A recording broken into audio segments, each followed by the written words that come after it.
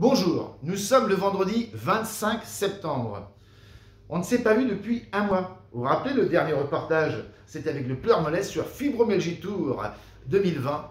On avait récolté 1056 € pour la fibromyalgie. Et bien aujourd'hui, on va remettre ce chèque de 1056 € à Carole Robert, la présidente de Fibromyalgie France. Regardez plutôt, la belle surprise, elle est là.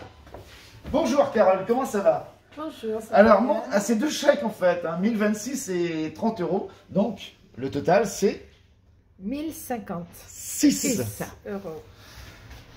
Alors, moi, j'ai quand même une question, la question dans la tournée, la question qui revenait souvent. Quand on a cette maladie, la fibromyalgie, alors, quel est le mode d'emploi, je veux dire, pour aller voir, justement, connaître si on a cette maladie? Idéalement, ce serait de voir son médecin généraliste qui pourrait éliminer les pathologies qui provoquent douleur et fatigue chronique, mais ce n'est pas le cas. En règle générale, ils ne connaissent pas. Donc idéalement, il faudrait qu'il envoie le malade chez un rhumatologue qui, lui, a dans sa formation l'élimination des pathologies rhumatismales et neurologiques et qui peut conduire à un diagnostic de fibromyalgie parce qu'il est essentiel d'éliminer d'abord toutes les autres pathologies. D'accord.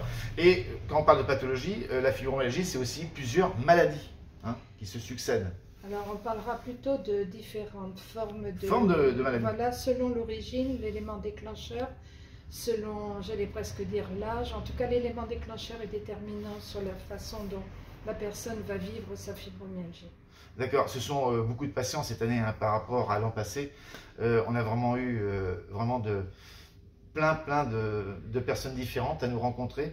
Et cette année, ces fibromyalgiques sont sortis du bois. Ils ont parlé. L'an passé, l'an dernier, c'était pas le cas, pardon. Et moi, ça m'a vraiment touché.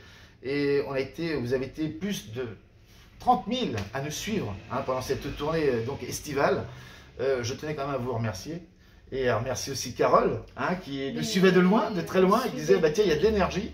Je suivais de très loin, j'essayais de mettre les vidéos en ligne. J'étais moi-même hospitalisée pendant cet été, donc, mais à distance, oui, mais je connais ton dynamisme. Eh ben, c'est très gentil.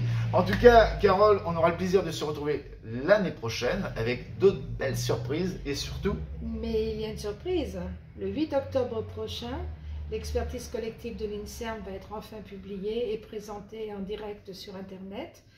De cette expertise, nous attendons des recommandations pour la prise en charge, mais surtout des recommandations pour les pistes de recherche.